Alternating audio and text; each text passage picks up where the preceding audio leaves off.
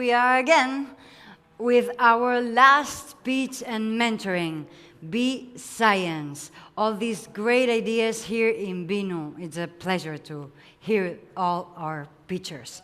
Let's start with Javier Silva. He is here in La Pedrera.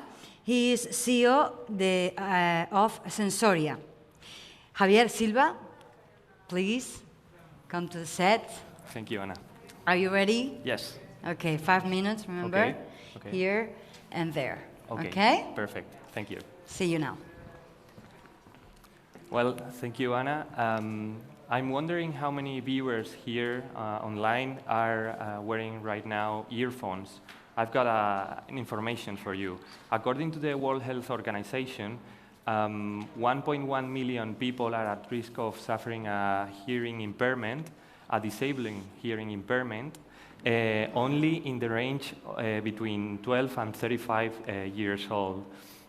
When you have a pathology of this kind, you go then to the doctor, and you are conducted then to the ENT specialist. Here in Spain, we have a 90 days waiting list in order to access this clinical specialist, the ENT doctors, ear, nose, and throat doctor. And we wanted to go deeper into this problem. So we talked to doctors, and they told us that nearly 50% of the consultations that they have are first consultations, in which they practically perform some tests, some screening tests to patients that have a temporary issue and they never come back. That can be translated to a huge massification of the sector and a huge saturation. Right? In Sensoria, we wanted to address this problem facing two different stages. We have developed a technology, a software-based device that allow us to monitor the hearing health and the hearing quality of the users of earphones. We do that by analyzing and characterizing the way sound travels through your middle and inner ear. But not only that, we are now patenting the technology. Our technology can also be applied into the second stage of the problem, that is the consultancies in the ENT specialist. There, our technology turns into a very powerful device that, implemented in primary care, in primary attention, can downgrade the number of massive derivations that ENT specialists are having. Well, looking at the figures in the consumer electronic markets, it's not necessary to mention that it's a continuously growing market. Everyone has earphones, even activity bands, which now are implemented sensors in order to measure heart rate, breathing rate, even temperature. We want to implement this technology in earphones so people are more aware of this huge problem the World Health Organization has been worrying us about these late years. In order to continue with the entire process, we have analyzed also the clinical market. Only in Spain we have nearly 14,000 health centers and more than 800 hospitals with ENT consultancies. Having in mind a medium-sized hospital with our technology implemented in primary care, we estimate that we are able to save from 40 to 60,000 euros as a monthly base. We are going to do that by working in a funding round. Right now we are trying to obtain 200,000 euros in order to attract these clinical specialists so they help us design and develop a customized product for the experience to be optimized, right? We count on the help of Jaime Marco, which is the national president of the ENT Association, which is very passionate with the project.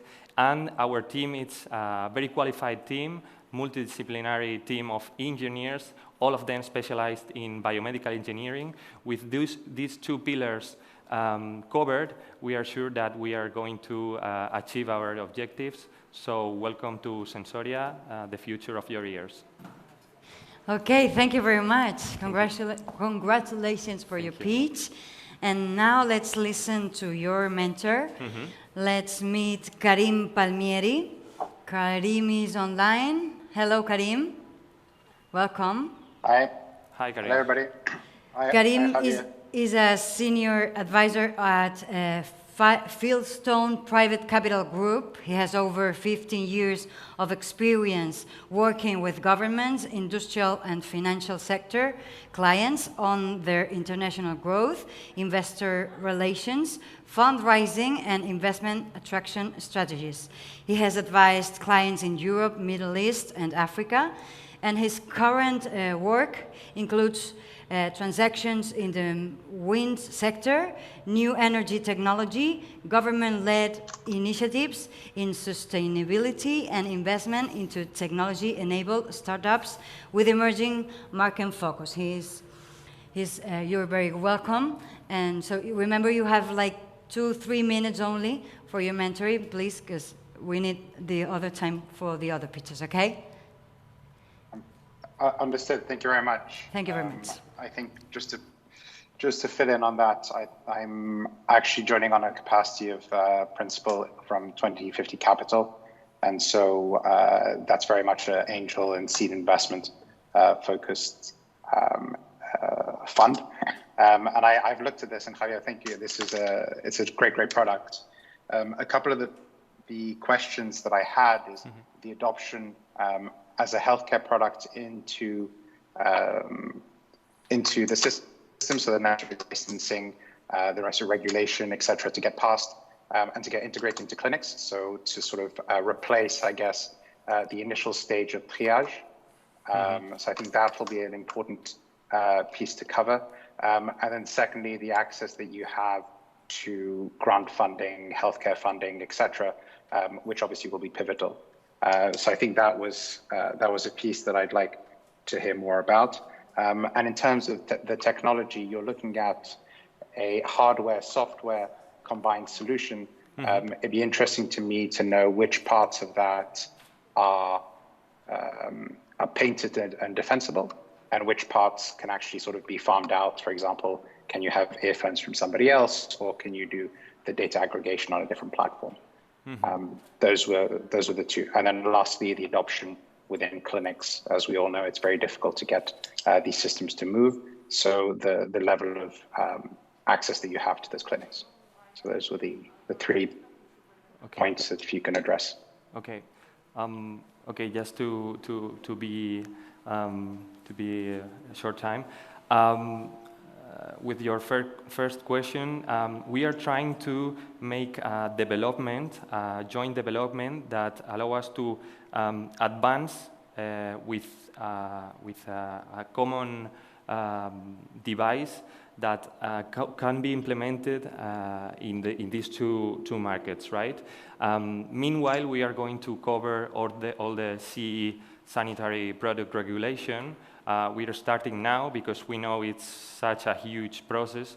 And well, we are trying to get some clients in order to start a pilot in the consumer electronic markets,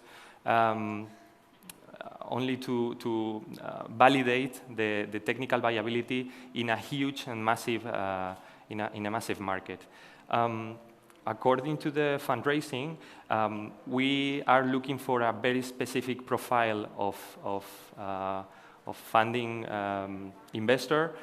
We are looking only for ENT doctors specialists, so we can customize and personalize the product that we are going to implement in the healthcare sector, So that is optimized at a maximum level for the methodology of their day-to-day work. And according to the third point, I don't know if I have time to clarify this. You better know. But Okay, so Karim, we can get in touch and Yeah. I will clarify No, this. that was good enough. Yeah, I look forward to hearing from you.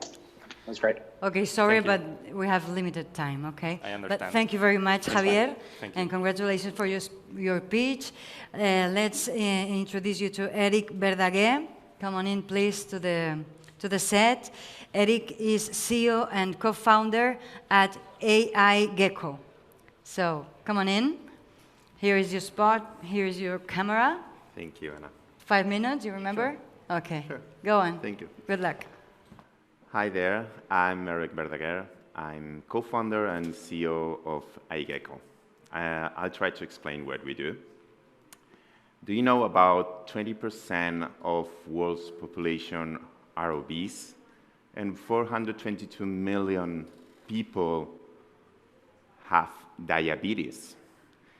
And nutritional factors are implicated in between 30–40% of cancers, and almost 18 million deaths are due to cardiovascular disease. Do you really know what you eat?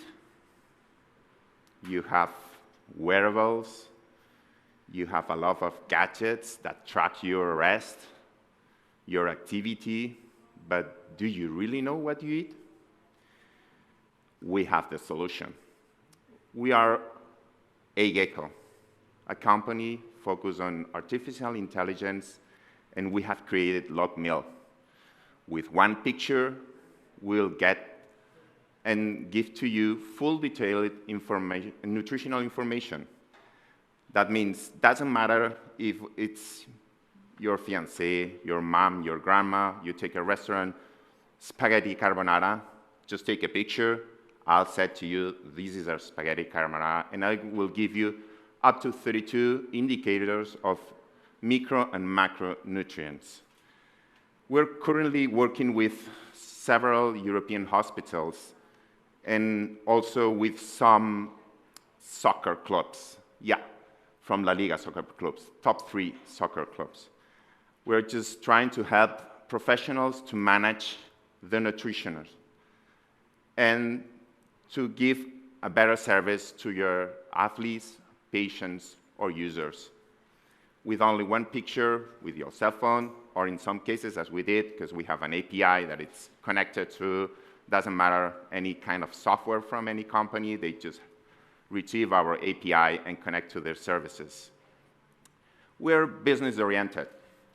We're focused on case studies that we could do in several industries, like sports, health, and we are now having an amazing team.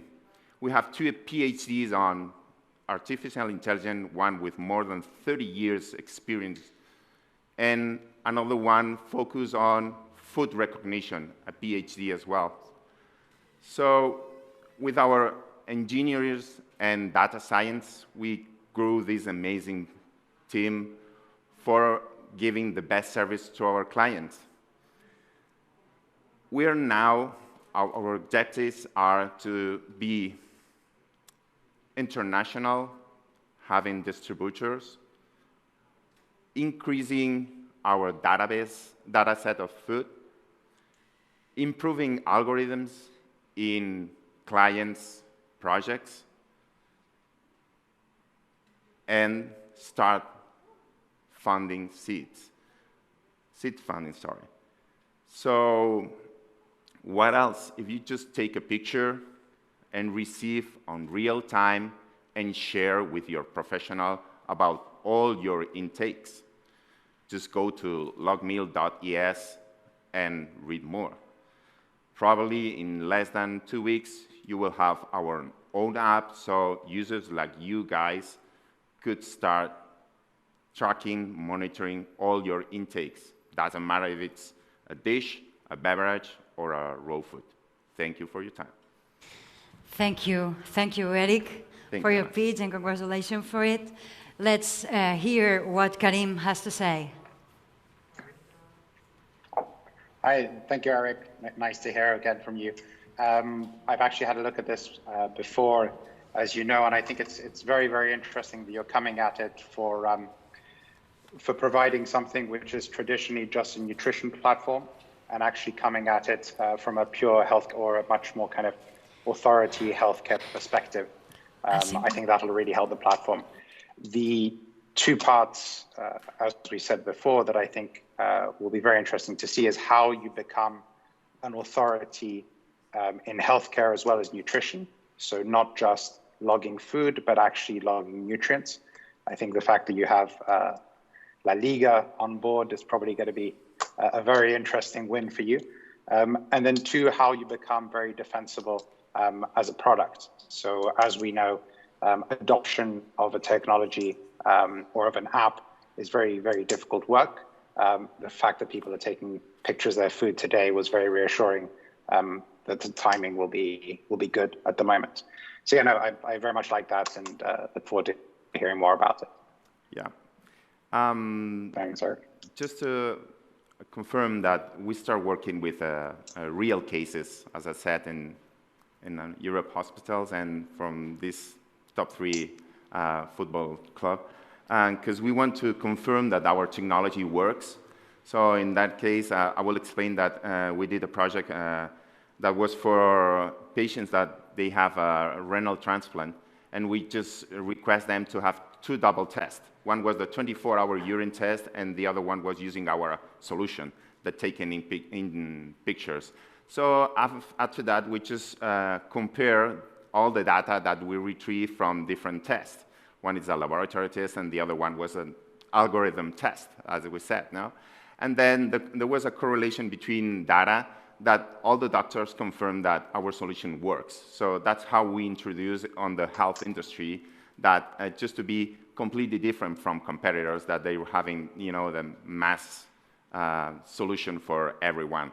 But obviously, for this, we need as well an app to use for the end user. So that's how we built, obviously, an app.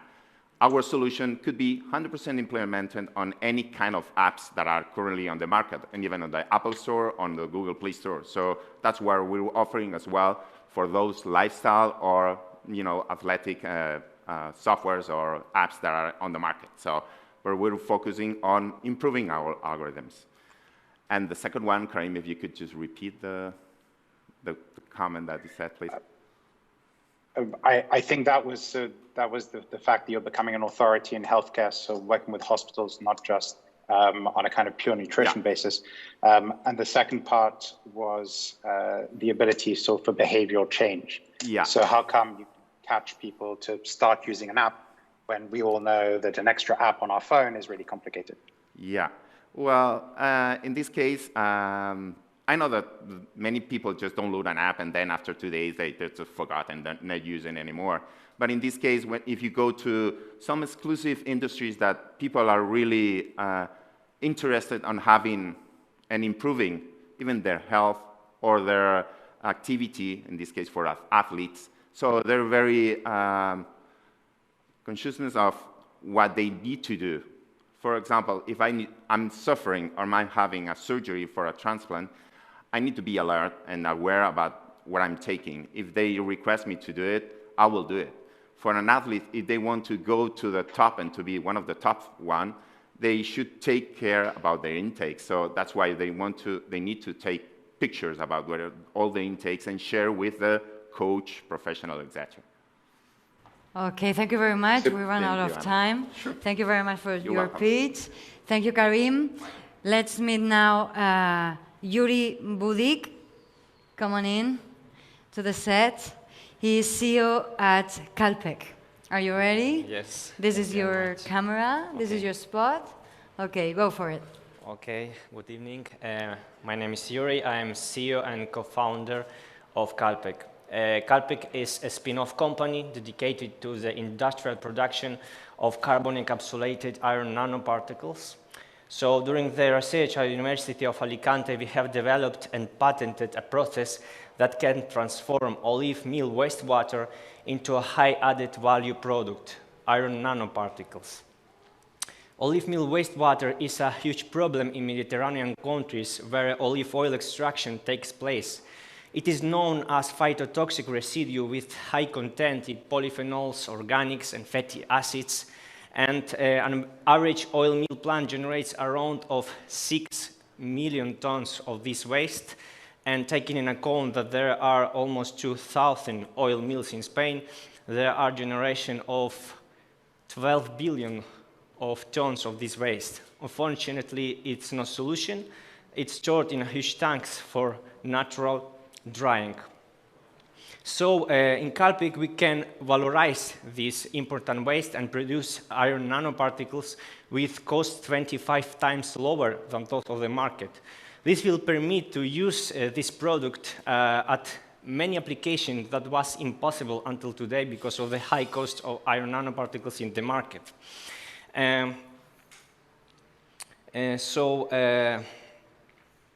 The technology at the heart of our process is called hydrothermal carbonization.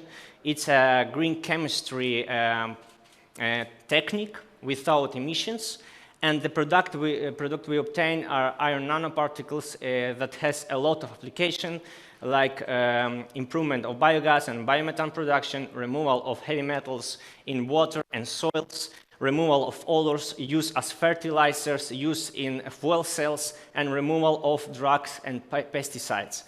One of our main lines in the applications are use iron nanoparticles to improve biogas and biomethane production and remove hydrogen sulfide in wastewater treatment and biogas plants.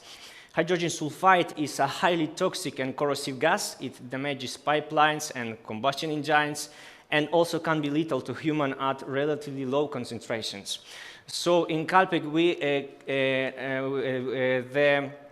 the main spendings on eliminate this gas are around of 300,000 euros per year and more than 200 million at the national level. Our nanoparticles can eliminate more than 90% of this gas and can improve biogas and biomethane production up to 20%. We have validated our product in laboratory and pilot plant scale, so our TRL is 6. Our business model is based on providing technical consulting services to olive mills, and in the one hand to build and operating hydrothermal carbonization plant in olive mills, and in the other hand to provide iron nanoparticles to wastewater treatment and biogas plants.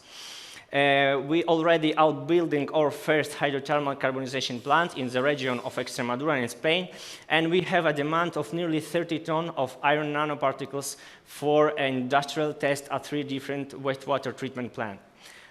We believe that Calpic is a project of a great potential that will close circular economy in the olive mills and also will enhance environmental sustainability because and due to those big amount of application that has our nanoparticles. Thank you very much. Thank you very much, Yuri. Thank you very much. Stay here because we have to listen what Karim has to say. Karim, your turn. Yeah.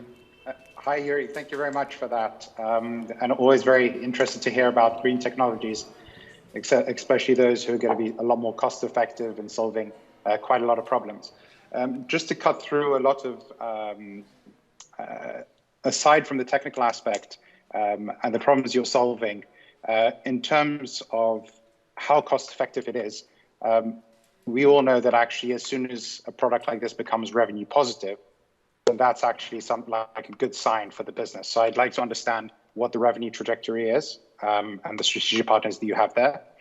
And then secondly, because it is a green technology, the access that you'll have to public sector capital, whether that's grants, either on a regional, national, or, I mean, I'm going to say European level, which I think will be very great potential. So those are the two main aspects that I'd like to hear a bit more about.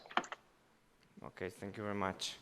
Yes, we have a lot of Since we created our company, we have like half a year, but there is a lot of people very interested in this project, and also how you told to have the financial support from the government, which is also very interested in those circular economy things. So yes. Okay. Yeah. Thank you, Thank Karim you. and Yuri. Thank you very much, and congratulations for your pitch. And we welcome Judith Giro Banet. Come on in to the set. She is CEO and co-founder of the Blue Box.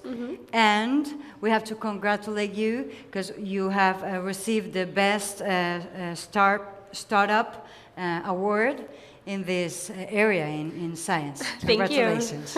So this is your spot, the camera, 5 minutes. Go for it. Okay.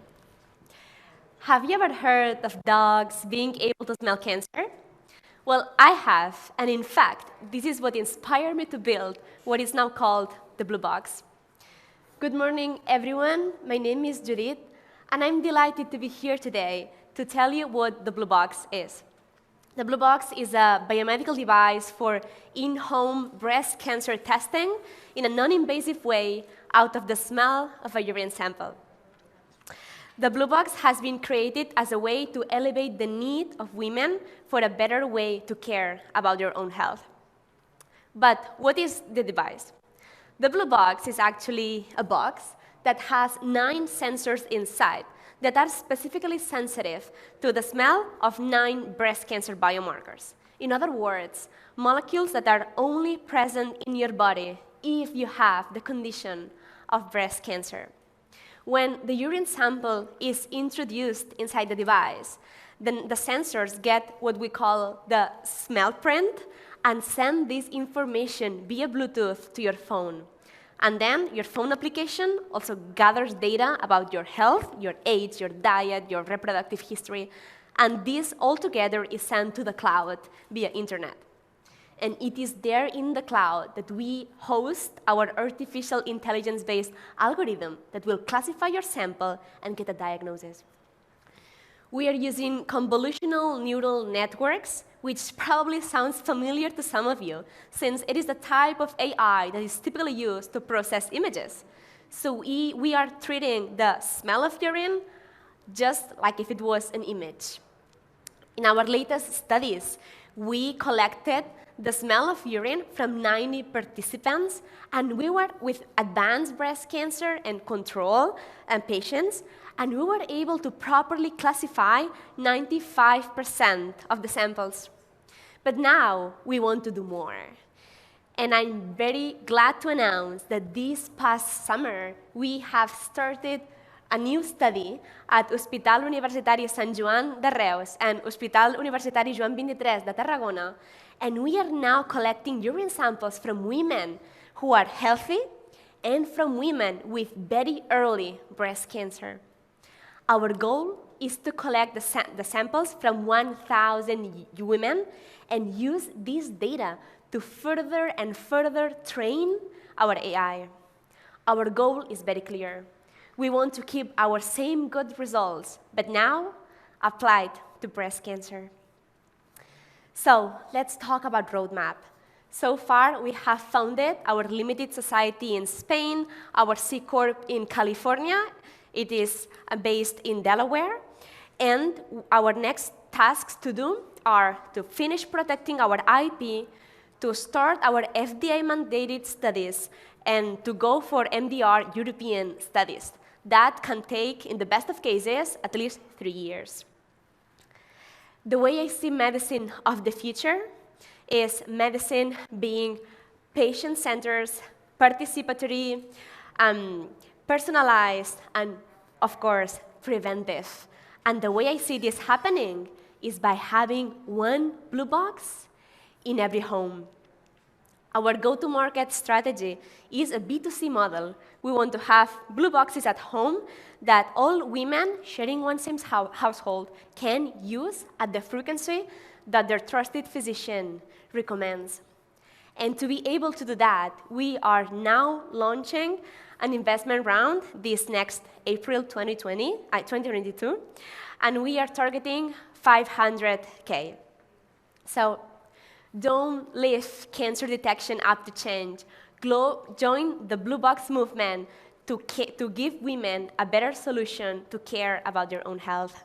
Thank you so much. Thanks to you, Judith. Thank you very muchas gracias. Let's see what Karim has to say. Karim, your turn.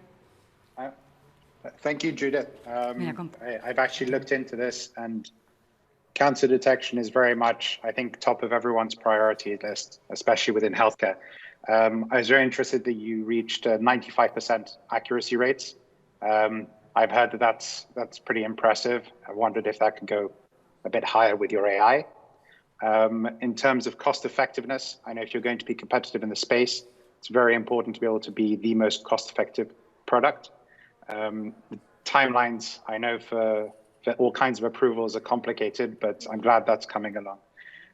I guess the questions for your business model would be, if you're going to go to the effort to get a blue box in each household, can that blue box then be used for anything beyond breast cancer? And then the level of investment, what kind of returns and exit you'd expect to be looking at. I know these are slightly bigger questions than we have time for today, but I'd really like to hear more about that.